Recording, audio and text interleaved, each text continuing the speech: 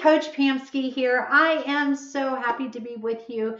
Today we're going to talk about what are some things that hold us back. Hold us back from what? Hold us back from thriving while alive. So, as we're walking through life, there are things that are like roadblocks. They're like this that hold in front of us that keeps us from being able to achieve some of the things that we want to achieve, to be able to do some of the things, maybe accomplish some of the dreams that we have, or to be able to feel like we are the person that we were created to be. So let's talk about what are some of the things that keeps us from being able to move forward or feel fulfilled. That feeling where you know you're doing what you were created to do, that passion that you have, those dreams that you have. What are some of the things that stops us from being able to do that? What are some of the obstacles? Because we all feel them, right? We all feel them. And maybe we're going along and we're feeling good about things, and then boom, something happens where we start to doubt, where we start to feel like we're starting to sink, where we feel like maybe I'm not as good as I thought I was at this, or maybe I shouldn't be doing this, or maybe you feel like giving up. Well, let's talk about what are some things that are in your way so that we can work through them and be able to move forward, because you deserve to have all that you were created to do. You deserve to have all the blessings, all of the goodness that is ahead. And I'm going to tell you right now, when an obstacle is in your way and it's trying to stop you, all it's trying to do is keep you from reaching that next level, keeping you from being able to affect other people. And so it's our job to look at, okay, what is it that keeps me from being able to move forward? Because people are going to miss out and you're going to miss out. So, one of the obstacles is holding a grudge. Oh, this has been a hot topic in my world lately. I've been talking a lot about holding grudges and having bitterness and forgiving. And this is a topic that doesn't get talked a whole lot about. But do you know that when you have bitterness or when you have resentment, and you might be someone that says, "Oh, I'm not angry. I don't have any resentment." And then if you take that step back and you allow yourself time to really, because what we tend to do is we will push, push, push. We will keep going, keep going. And when things happen that maybe upset us or hurt us, or we just don't like, we take it and we stuff it. And when we stuff it, we're not really dealing with it. We stuff it because we just don't have time, or it's too overwhelming, or I need to keep going. But what will happen is, as you're moving along, something else will happen and it triggers all that you've been stuffing. And it will at some point be so much. It's why you may have times where you are fine and then out of nowhere, you're not fine. You feel like you're sinking. You feel like you're barely keeping your head above water. Well, one of the questions I always ask is do you have a grudge against someone? Do you have some resentment? If you're feeling anger, where is it coming from? What is the root cause of that? I'm someone that I believe we need to get to the root cause. I do believe that sometimes we need a Band-Aid until we can really get home and clean out the wound. But we need to get to the root, because otherwise that happiness that you might have is temporary.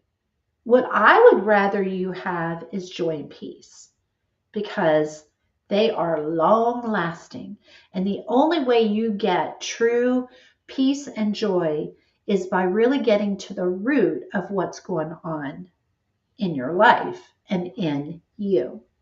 So holding a grudge is definitely something that can be an obstacle that keeps you from being it because it holds you prisoner. There's so much to say about forgiveness. I do forgiveness weekends, I do forgiveness workshops. It's something I don't normally advertise that because I do believe forgiveness is something that we need to work towards. It's not always something that we can do just like that.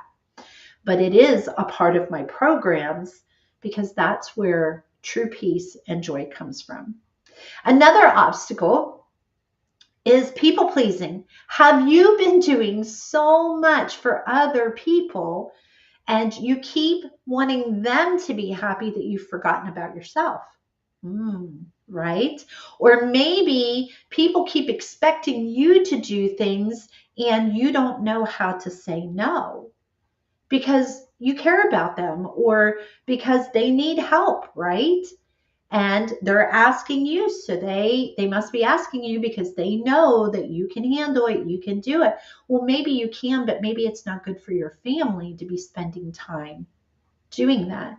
Do you realize when you're saying yes to something, you're saying no to something else? And that saying no very well could be saying no to you, saying no to your family, saying no to your well-being. And so while you're doing things because you want to please other people, you may be sacrificing things within yourself or with the ones that you love. Another one is having unrealistic expectations. Ooh, this is a big one. We can have unrealistic expectations towards ourselves. We can have unrealistic expectations towards other people. What do you expect people to do? Do you expect them to be where you are? This is a big one. We can get really angry. So what does unrealistic expectations do? Well, we can talk about each one of these separately at different times, but what unrealistic expectations creates is first disappointment because people aren't doing what we think they should do, or we're not doing what we think we should be doing, or should be capable of, or should be able to do enough of, or being good enough at. And so what happens is we become disappointed and then we become angry. And then this is where grudges and resentment starts to set in. And guess what? We can have resentment towards ourselves. And so where are your expectations? And you might say, well, how do I know if an expectation is realistic or unrealistic? Well, this is where having a coach is really good because you can start telling them, well, this is what goes on in my head. This is what I expect them to be able to do. Am I wrong about that? And then we can talk it through and be able to say, well, have you looked at where this person is? Are they mentally capable of doing what you're saying? Do you know their situation? There's a lot of questions a good coach will ask to help dig in there and bring truth to the surface. So important because sometimes it's hard for us to be able to do that. And so another obstacle that can get in your way is your environment. What kind of environment do you put yourself in or surround yourself with? So this can be the people that you hang out with, the people that are in your circle. It can be what kind of items or things that you have around you. And you say, well, what do you mean? And well, do you have certain things that you pick up and use to numb yourself, to avoid, to check out? Now, I'm all about self-care, and I do believe we need to take time to, for ourselves to be able, maybe you had a hard day and you just need a little time for yourself. I'm all about that. But I'm not talking about taking 15, 20 minutes for yourself. I'm talking where you are totally numbing any emotions. You are checking out. So what could those be? Oh man, there's 1,000 of them. It could be shopping. Maybe you shop because it makes you feel good and helps you check out for a while. But maybe you can't afford that kind of shopping, or it's hindering your dreams or your family's dreams or the checkbook, right? The bank account. It can be drinking alcohol, wine at night after, a hard day's, and you say, well, a glass of wine, there's nothing wrong with it. Okay, I agree. But does it stop at just a glass? Or do you drink because, and see, here's the bottom line in all of this. You have to know what your motive is.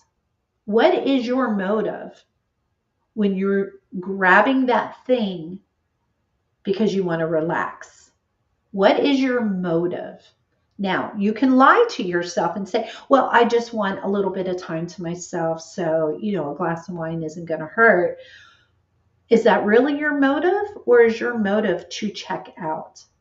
Is your motive, I don't want to deal with these emotions, and one glass of wine becomes 2 and 3, and it's not just one day, it's 2 days, 3 days, or it's the weekends. Yeah, I totally want to check out. I've had a hard week, so I'm going to get smashed this weekend. And then, yeah, that starts to become a problem because then you want to check out again. So it can be alcohol, it can be drugs, it can be sex, it can be pornography, it can be reading. And you say, what is wrong with reading? There isn't anything wrong. There's nothing wrong with all of these, except for maybe pornography. There's nothing wrong with all of these. It's why are you doing it and to what extent? Is it your phone? Do you check out on your phone and spend hours just watching the reels, watching the shorts, and spending a lot of time? And what is going on around you? What are you not spending time on? Who are you neglecting? And that can include you, because you say, yeah, but I'm doing self-care. But is that the only self-care that you can do? What if you went for a walk? What if you've been beating yourself up because you've gained weight, but you sit on your phone for 2 hours? Well, you could take a half-hour walk. What things are you neglecting?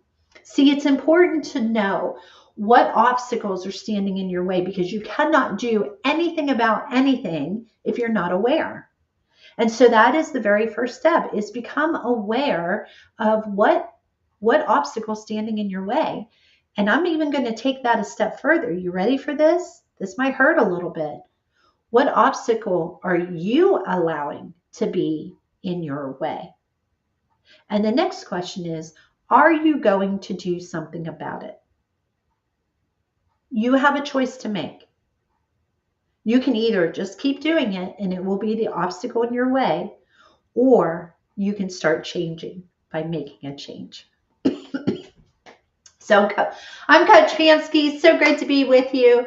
Remember, it's time to thrive while alive.